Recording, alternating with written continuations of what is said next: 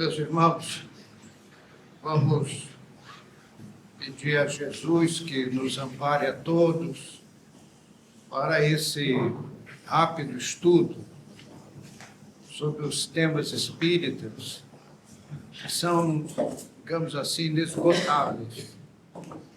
Nós vamos falando sobre os temas espíritas e eles não acabam nunca. O nosso formoso planeta Terra, ele é uma das provas da existência de Deus. O nosso planeta, ele gira em torno do Sol, gerando a sucessão das estações do ano, primavera, verão, outono e inverno. E às vezes nós pensamos que a Terra faz essa volta em torno do Sol e esquecemos de um detalhezinho, que o Sol não está parado. A astronomia nos diz que o Sol viaja em direção a um ponto do universo. Esse ponto, os astrônomos deram o nome de apex, apenas para definir a direção que está indo o Sol. Então, a Terra não fica girando assim em torno do Sol como um elo fechado. Na verdade, é como uma espiral, porque o Sol vai indo e a Terra vai atrás e todos os demais astros do sistema solar. Então, é uma maravilha, cantando as glórias de Deus para repetir uma frase de Emmanuel. Essas maravilhas cósmicas que têm a assinatura do Criador infinito. A Terra gira em torno do seu eixo,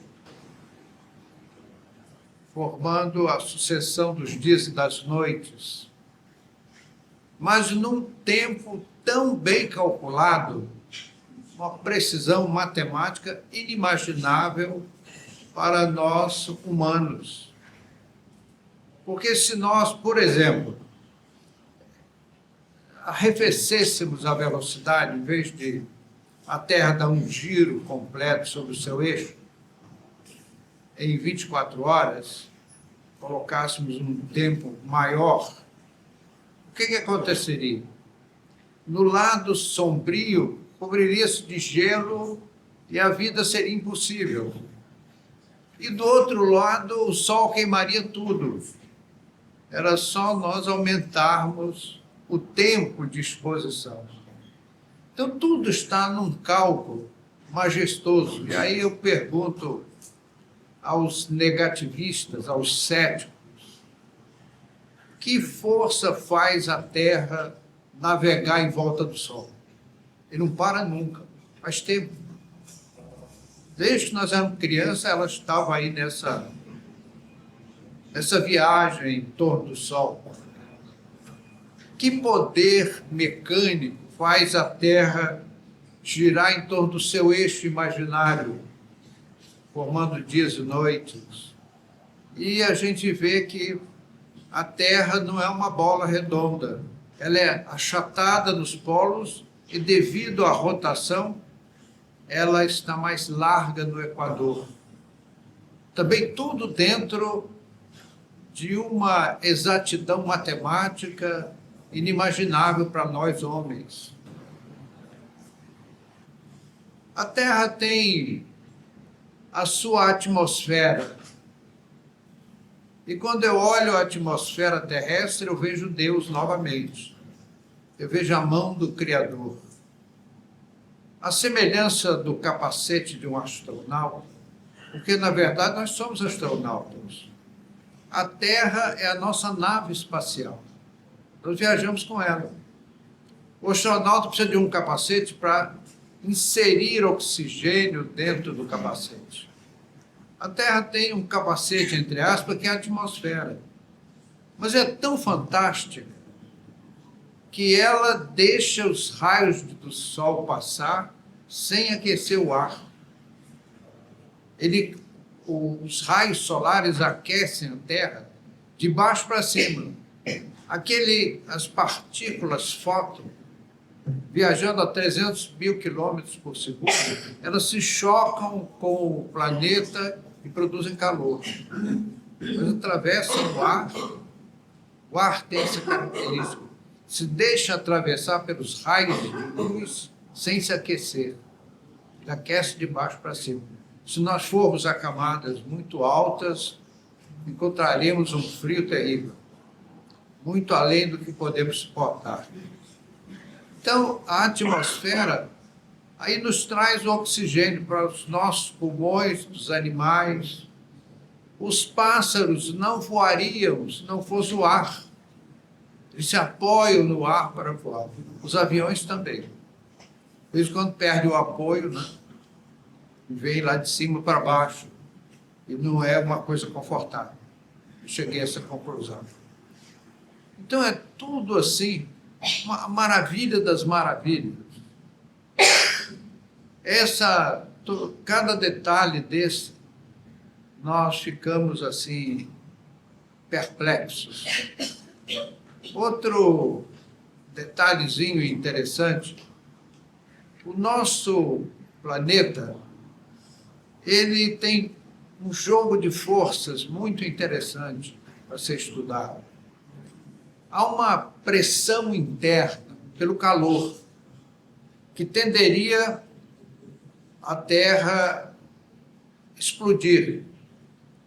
Mas a lei de gravidade, descoberta pelo senhor Isaac Newton, diz que ele ia passeando num pomar e viu cair uma maçã. As maçãs caem das macieiras desde que o mundo é mundo. Mas precisava de uma inteligência nobre, uma inteligência madura, como a de Isaac Newton, que foi o mestre da ciência. E ele descobriu, não inventou, hein? Ele apenas descobriu a lei da gravidade. A lei da gravidade, ela puxa a crosta terrestre para o centro da Terra e cria uma estabilidade. A pressão interna empurra para fora, a gravidade puxa para dentro e há um equilíbrio de forças colossais para o nosso entendimento humano, mas num ponto de equilíbrio excepcional. Precisariam muitos computadores para essa equação matemática de equilíbrio de forças físicas. Outra coisa interessante é a nossa crosta terrestre. Ela não é uma peça única, cristalizada, petrificada. Porque se assim fosse, ela poderia quebrar com os seus movimentos e a vida planetária seria extinta. Todo o magma saltaria na superfície e afogaria em lava toda a vida planetária. Então, os técnicos espirituais tiveram cuidado de criar as placas tectônicas, que servem como dobradiças. Nós vemos que o movimento rotatório do planeta alargou a sua estrutura na altura do Equador. Se fosse a crosta uma peça rígida, ela teria quebrado e acabaria o planeta. É por isso que eu não estou acreditando muito nessas aves de mau agouro, que dizem que esse mês de dezembro de 2012 o mundo vai se acabar. Então, tem um lado bom, porque aí você pode estourar o cartão de crédito, que não tem problema. Tá? Então, essas placas tectônicas, quando elas se deslocam, geram os tremores de terra, os terremotos, e se é no fundo do oceano, geram os tsunamis, os maremotos. Mas tudo isso dentro de uma previsão extraordinária. Os amigos, quem supõe que tudo isso é obra do acaso, eu gostaria que me dissessem me apresentasse esse sujeito chamado acaso, porque ele deve ser muito inteligente para criar tudo isso. Como diz o Livro dos Espíritos, o acaso não é nada, não é ninguém. E o nada e ninguém pode fazer uma obra de precisão cronométrica nas expressões siderais, impossível.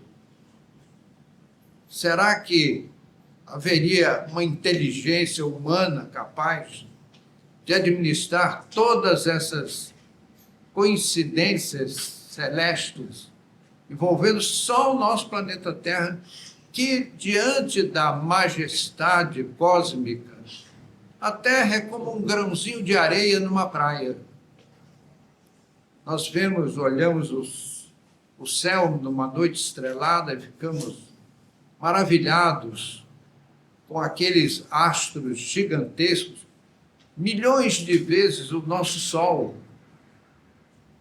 Antares é 90 milhões de vezes o nosso Sol. Então não dá nem para imaginar.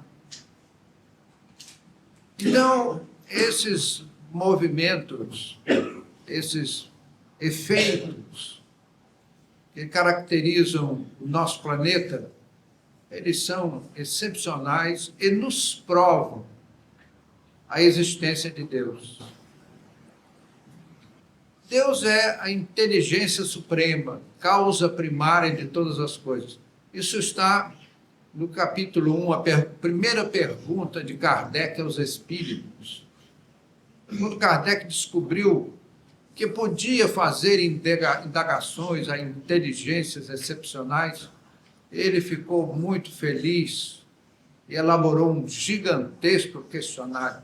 Foram 1019 perguntas. Está no Livro dos Espíritos. E a primeira, o que é Deus? Deus é a inteligência suprema, causa primária de todas as coisas. Desde a antiguidade, fala-se de uma tríade, que o universo está baseado em 3 fatores básicos. E o homem acabou fazendo uma adaptação medieval para lá de infantil. Audaciosa infantilidade. Eles torceram essa tríade. A tríade é Deus, os espíritos e a matéria. E esse estudo da matéria é um estudo assim excepcional. E Allan Kardec, como era mestre, ele tinha inclusive um instituto, era professor na Sorbonne, era um homem de grande cultura. Ele elaborou um questionário muito grande e uma das questões é espírito e matéria. Só esse estudo dá para a gente meditar muito sobre os segredos da vida. Então nós dissemos que Deus é a causa primária de todas as coisas no universo. E tem uma lógica extraordinária. E quem são os espíritos? São as suas criaturas, são os seus filhos. Como nós somos filhos de Deus, mesmo.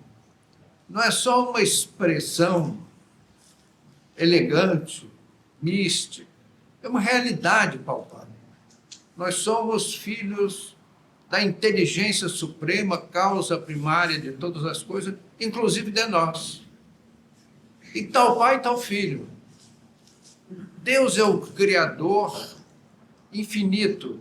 Nós somos co-criadores em plano menor.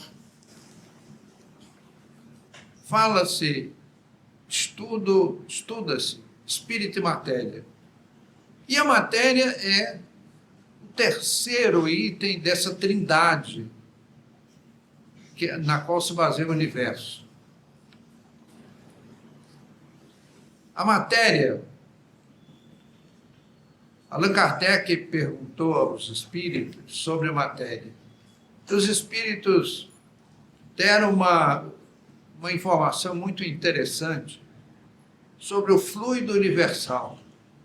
Fluido universal que Muitas filosofias, doutrinas, já a eles se reportaram, mas deram o hálito de Deus, a bênção de Deus, muitas expressões acessórias.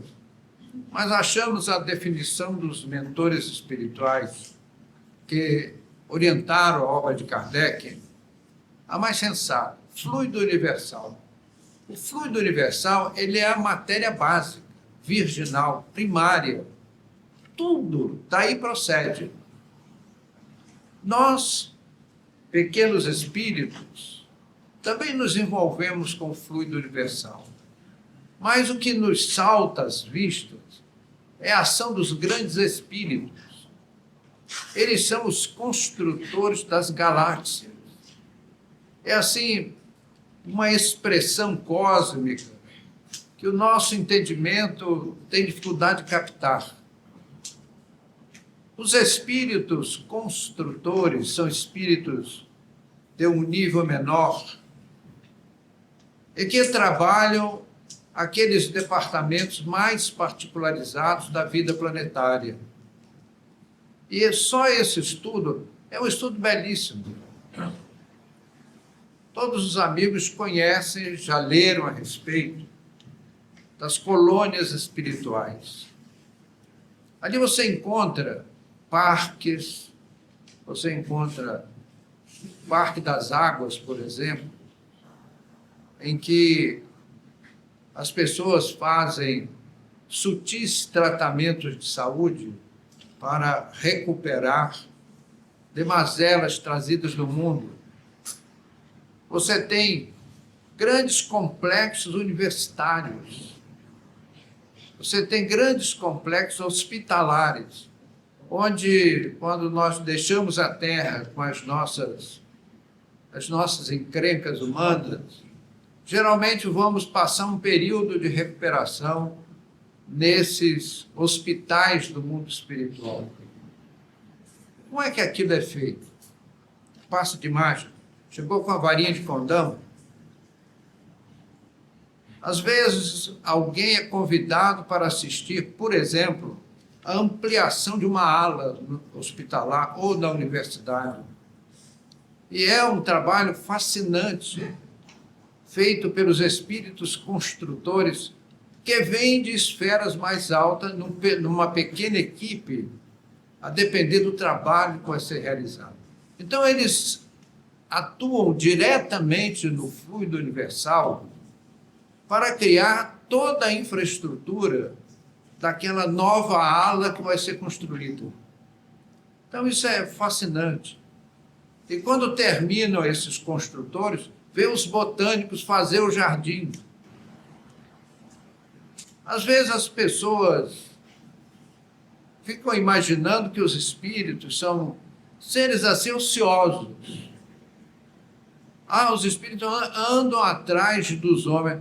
Isso aí é uma meia-verdade.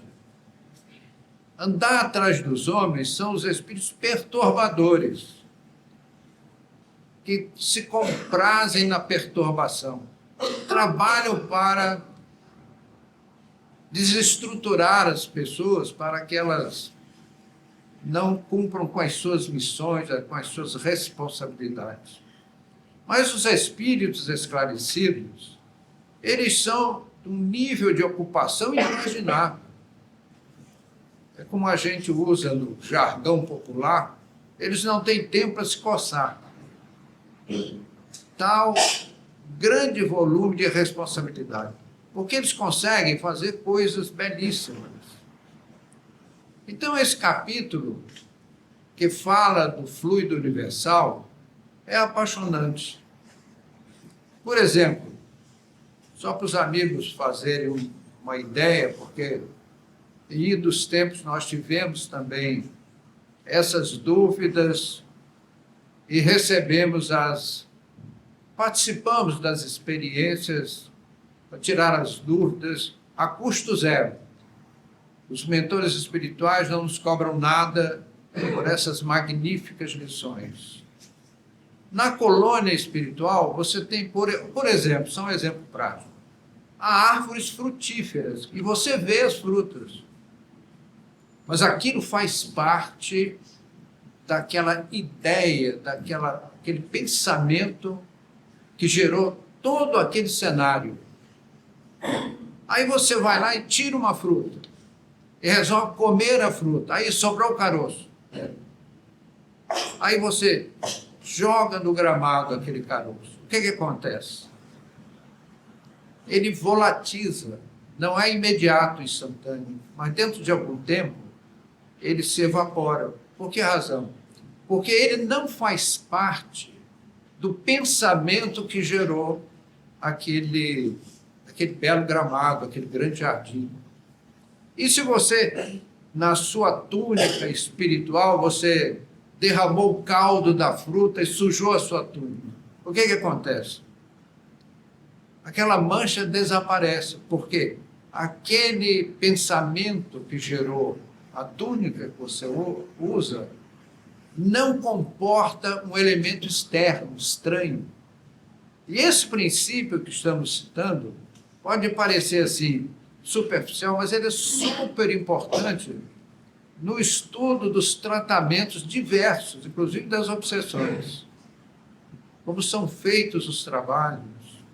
Nós aprendemos como fazem os feiticeiros, aprendemos como fazem os obsessores, e passamos a imitá-los pelo lado positivo, pelo lado bom. Então, o fluido universal, ele é essa matéria-prima básica do universo.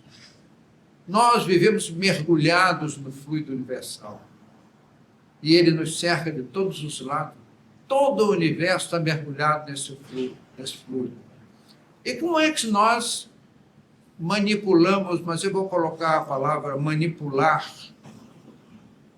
o verbo manipular, entre aspas. Como se manipula o fluido universal? Você não consegue pegar.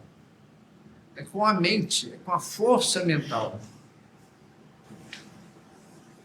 Alguém já disse assim, a Dona Maria disse cobras e lagartos no seu Antônio.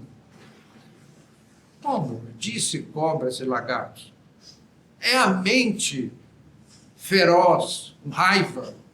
Meus amigos, tenhamos cuidado com a raiva, com o ódio, com o desejo de vingança, porque a nossa mente está construindo determinadas coisas, transformando o fluido universal. Então, quando alguém que tinha uma sensibilidade mediúnica, que não sabia, e viu alguém falar cobras e lagartos, foram essas formações. A mente descontrolada criou elementos e direcionou alguém. Nós, cristãos, fazemos a mesma coisa no sentido positivo. Quando oramos por alguém, às vezes as pessoas dizem, vamos fazer uma vibração para a Dona Teresa porque ela não está bem de saúde. Fazer uma vibração. O que é isso? Vibração, você pega uma lâmina e faz assim, ela faz assim, gera o som. O som é o resultado de um movimento vibratório, diz a física. Então, vibração, no caso, não é a vibração sonora, é a nossa mente orando, pedindo a Deus, transforma o fluido universal no qual estamos mergulhados em algo de bom para a Dona Teresa que está doente. É um e-mail que enviamos e atinge aquela pessoa necessitada e ela recebe um estímulo. Essas criações são fortemente indutivas. Os feiticeiros usam essa técnica. Eles procuram criar rituais macabros, trazem terra de cemitério. Por que razão? Porque no cemitério, lá encontramos uma multidão de espíritos perturbados e outra multidão de perturbadores. E o ar, o ambiente, é tisnado por esses elementos mentais.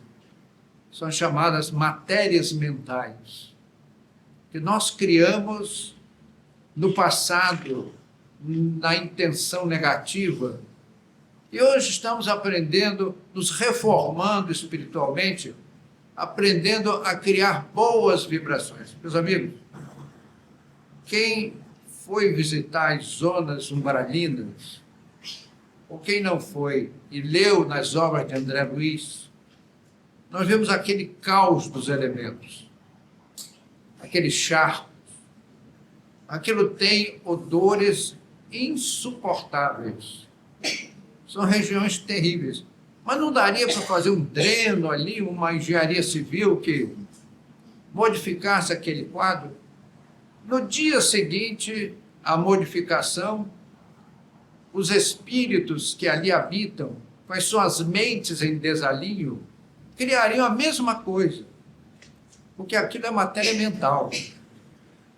Então, meus amigos, saibamos que o fluido universal é sensível aos nossos pensamentos.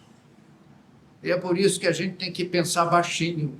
Se não quer que os outros nos vejam numa falcatrua, pense baixo. Por isso que Jesus nos chamou a atenção. Não há nada oculto que não venha a ser revelado. Todos os dias está aí a imprensa noticiando os escândalos. E ainda bem que aparece o desvendar do escândalo, tirando o véu do que estava oculto, porque é melhor encarar logo de frente do que se transferir para as zonas espirituais inferiores. E André Luiz nos fala daqueles umbrais, mas não nos fala dos chamados abismos, são chamados umbrais profundos, onde os quadros ali desafiam a nossa tranquilidade de espírito para analisar aqueles quadros, mas tudo dentro de uma justiça perfeita. Meus amigos, às vezes nós nos preocupamos, quando eu deixar esse planeta Terra, eu vou para onde? Você não vai, meu amigo, você fica. Você fica no que você é. Porque o homem é o autor do seu destino. Aquilo que o homem semear, isso mesmo terá que colher, nos ensinou Jesus. Então, o fluido universal, meus amigos, é esta matéria primitiva que é manipulada, a palavra manipular, entre aspas, pelas nossas mentes. Pensemos no bem, falemos no bem, porque nós estamos criando, porque Deus é o Criador infinito, supremo, e nós somos co-criadores. Freud atribuiu tudo ao sexo, esquecendo o nobre cientista de que o sexo é um efeito, não é uma causa. Não se pode tomar como causa um efeito. O poder criador é que é a causa inclusive do sexo. Porque através do poder criador que recebemos de Deus, nós criamos novas formas. E patrocinamos oportunidade aos espíritos necessitados da reencarnação. Nós já estivemos nessa fila. Hoje está aí a fila dos transplantes de coração, de fígado, de córnea, de tudo mais. Nós estamos precisando de um transplante de corpo inteiro. E as inteligências espirituais nos deram um novo corpo. Para nós gastarmos aí 60, 70, 80 anos. A média do brasileiro está chegando a 72 anos e 4 meses. E era muito menos antes. Mas nós estamos vivendo mais, porque o mundo se modernizou, vieram muitos recursos terapêuticos, saneamento básico, facilidades, é o automóvel, o telefone, é a televisão, é a farmácia.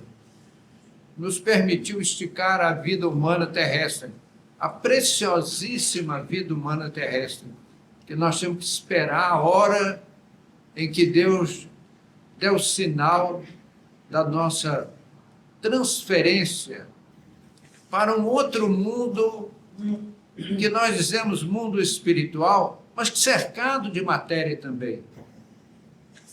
A matéria existe em padrões inimagináveis para o homem.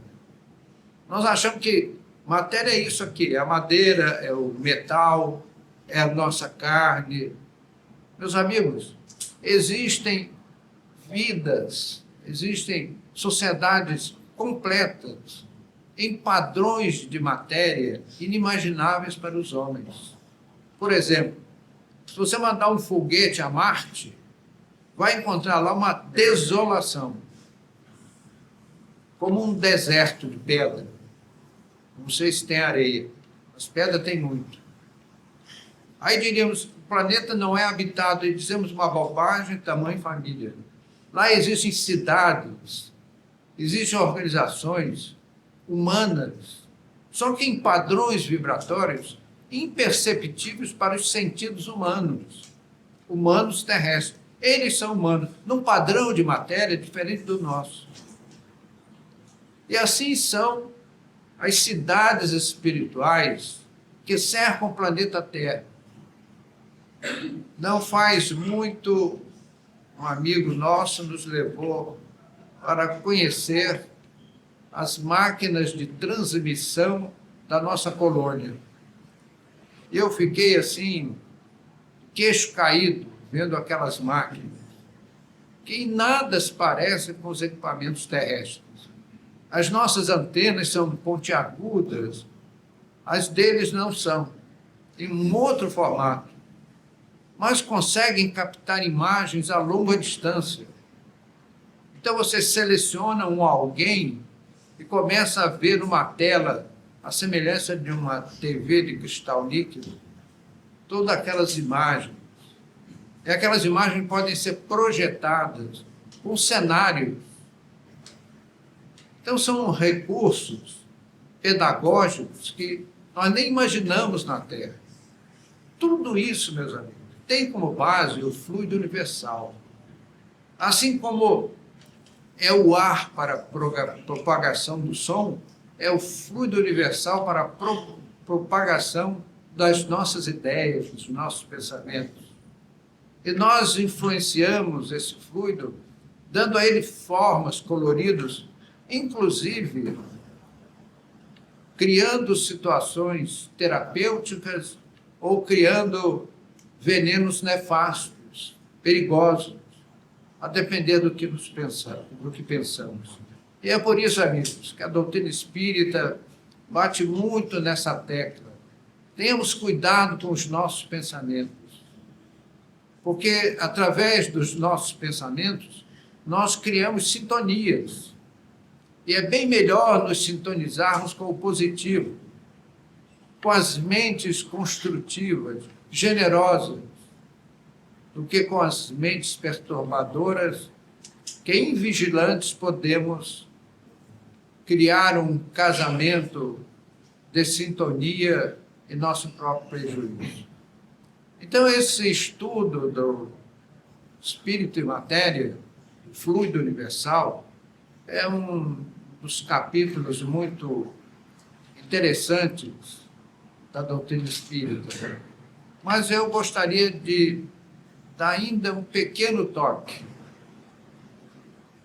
Nós vemos aqui na Terra a figura dessa heroína, que já deviam ter feito uma estátua em praça pública para homenagear essa heroína que se chama dona de casa. A mulher mãe de família e dona de casa merece toda a nossa admiração. Esses tais de Obama e outros mais, né? Lula e outros mais, eles são, assim, coadjuvantes de segundo nível. Mas a dona de casa, a mãe de família, porque ela é a fonte geradora da vida e cuida da vida. Então nós olhamos como a mulher se esfalfa para manter a sua casa limpa, para fazer faxina. Há aqueles maridos que até dão uma mãozinha, né? Ajudam no complexo doméstico. Então eu quero oferecer uma informação para as donas de casa. Nas colônias espirituais, não se faz faxina na casa. Não se varre, não se tira pó, porque nada existe para sujar. O ar é limpo, é puro. Então você vai se ausentar 20 anos da sua casa, fecha a porta, volta 20 anos depois, está exatamente como estava. Não tem teia de aranha, não tem pó. Outra coisa, não tem barata. Ai, caramba. Aranha, barata, pernilongo, não tem nada disso. Então, meus amigos, é porque aquelas construções, aquelas edificações, foram feitas por inteligências muito acima das nossas e que plasmaram todas aquelas coisas materiais, entre aspas. E naquele pensamento não constaram o pó, a teia de aranha, os insetos. Então, esses elementos não fazem parte do pensamento construtor dos equipamentos usados, inclusive as casas, no mundo espiritual. Então, para essa heroína anônima e reconhecida, os nossos respeitos. O Senhor nos abençoe, nos guarde. Muito obrigado.